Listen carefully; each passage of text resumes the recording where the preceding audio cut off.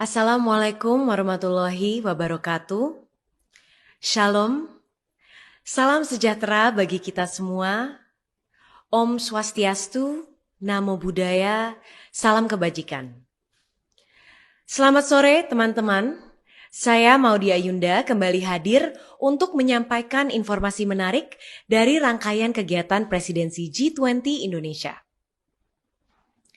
Teman-teman, Presidensi G20 Indonesia dilaksanakan dalam situasi yang tidak mudah. Di tengah kondisi dunia yang penuh dengan ketidakpastian. Pandemi COVID-19 yang berkepanjangan, inflasi yang terus meningkat, harga komoditas, energi dan pangan yang tinggi, serta konflik geopolitik yang semakin memperlambat prospek ekonomi global. Nah, kondisi ekonomi global yang kompleks ini menyebabkan semua negara tidak bisa hanya mengandalkan satu instrumen kebijakan saja.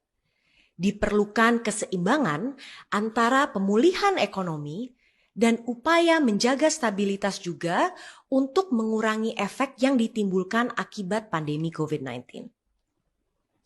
Salah satu upaya Indonesia sebagai presidensi G20 tahun 2022 terhadap hal ini tertuang dalam pertemuan Menteri Keuangan dan Gubernur Bank Sentral G20 keempat atau Fourth Finance Ministers and Central Bank Governors Meeting di Washington DC pada tanggal 12 sampai 13 Oktober 2022. Pada pertemuan terakhir di tahun 2022 ini, para menteri dan gubernur Bank Sentral G20 kembali menegaskan komitmen untuk memecahkan tantangan ekonomi global yang meningkat dan berfokus pada hasil nyata. Dengan membahas 6 agenda, yaitu yang pertama, ekonomi global. Negara-negara anggota G20 sepakat tekanan terhadap harga pupuk, pangan, dan energi masih terjadi yang memperburuk tekanan inflasi yang ada dan berkontribusi pada meningkatkannya resiko kerawanan pangan dan energi. Maka sejalan dengan tantangan ekonomi global tersebut, para anggota G20 menegaskan komitmennya terhadap penyusunan kebijakan yang terkalibrasi, terencana, dan dikomunikasikan dengan baik untuk mendukung pemulihan yang berkelanjutan dan untuk mengurangi efek luka pandemi guna mendukung pertumbuhan yang kuat, berkelanjutan, seimbang, dan inklusif. Yang kedua, arsitektur keuangan internasional.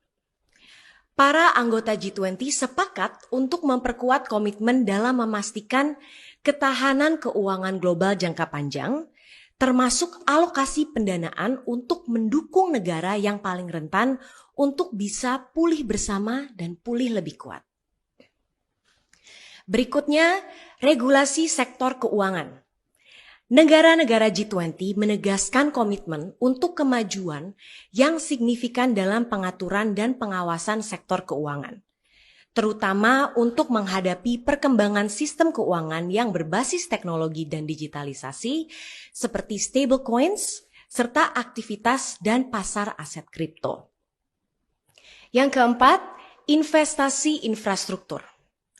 Negara-negara G20 sepakat untuk merevitalisasi investasi infrastruktur dengan cara yang inklusif dan terjangkau, serta berkelanjutan, termasuk meningkatkan partisipasi sektor swasta, juga memobilisasi pendanaan di masing-masing daerah. Yang kelima, keuangan berkelanjutan. Negara-negara G20 juga menyepakati dan mendukung laporan keuangan berkelanjutan G20 2022 yang mencakup 3 area prioritas agenda keuangan berkelanjutan tahun 2022, yaitu pengembangan kerangka pendanaan transisi dan peningkatan kredibilitas komitmen net zero lembaga keuangan. Lalu, peningkatan instrumen keuangan berkelanjutan dengan fokus pada peningkatan aksesibilitas dan keterjangkauan. Dan ketiga, diskusi kebijakan publik untuk mendukung transisi. Selain itu, anggota G20 juga mendukung kemajuan implementasi peta jalan keuangan berkelanjutan G20. Dan yang terakhir, perpajakan internasional. Negara-negara G20 menegaskan kembali komitmennya untuk mengimplementasi paket pajak internasional Pilar 1 dan Pilar 2 dengan cepat dan mendukung kemajuan terkait penerapan standar transparansi pajak yang disepakati secara internasional, termasuk penandatanganan Asia Initiative Bali Declaration pada Juli 2022.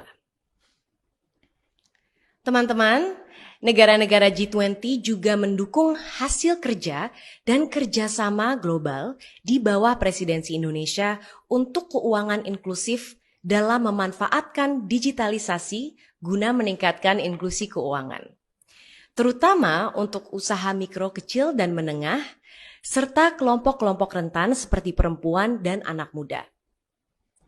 Hal tersebut juga dapat meminimalisasi dampak resiko resesi dengan kolaborasi dan kerjasama yang kuat antar negara.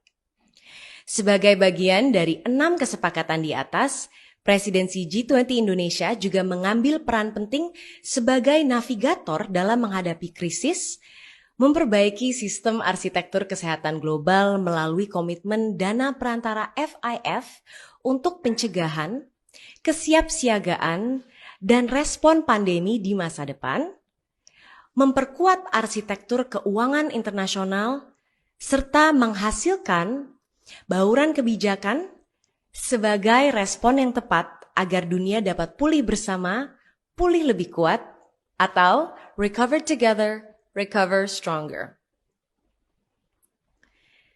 Dan hasil dari pertemuan Menteri Keuangan dan Gubernur Bank Sentral G20 keempat ini akan menjadi bagian dari deklarasi komitmen para pemimpin negara G20 saat konferensi tingkat tinggi atau Leaders Summit 15-16 November 2022 nanti. Jadi mari kita dukung peran kepemimpinan Indonesia dalam forum dunia melalui presidensi G20 2022 demi menjaga stabilitas perekonomian global yang lebih kuat dan inklusif untuk keberlanjutan estafet para generasi penerus dunia di masa yang akan datang. Nah, apabila teman-teman ingin lebih tahu secara rinci hasil dari kesepakatan pertemuan Menteri Keuangan dan Gubernur Bank Sentral G20 keempat, teman-teman dapat mengunjungi website g20.org/finance-track. Demikian yang dapat saya sampaikan pada kesempatan kali ini, semoga bermanfaat. Wassalamualaikum warahmatullahi wabarakatuh. Rahayu, Om Shanti Shanti Shanti Om. Semoga Tuhan memberkati kita semua.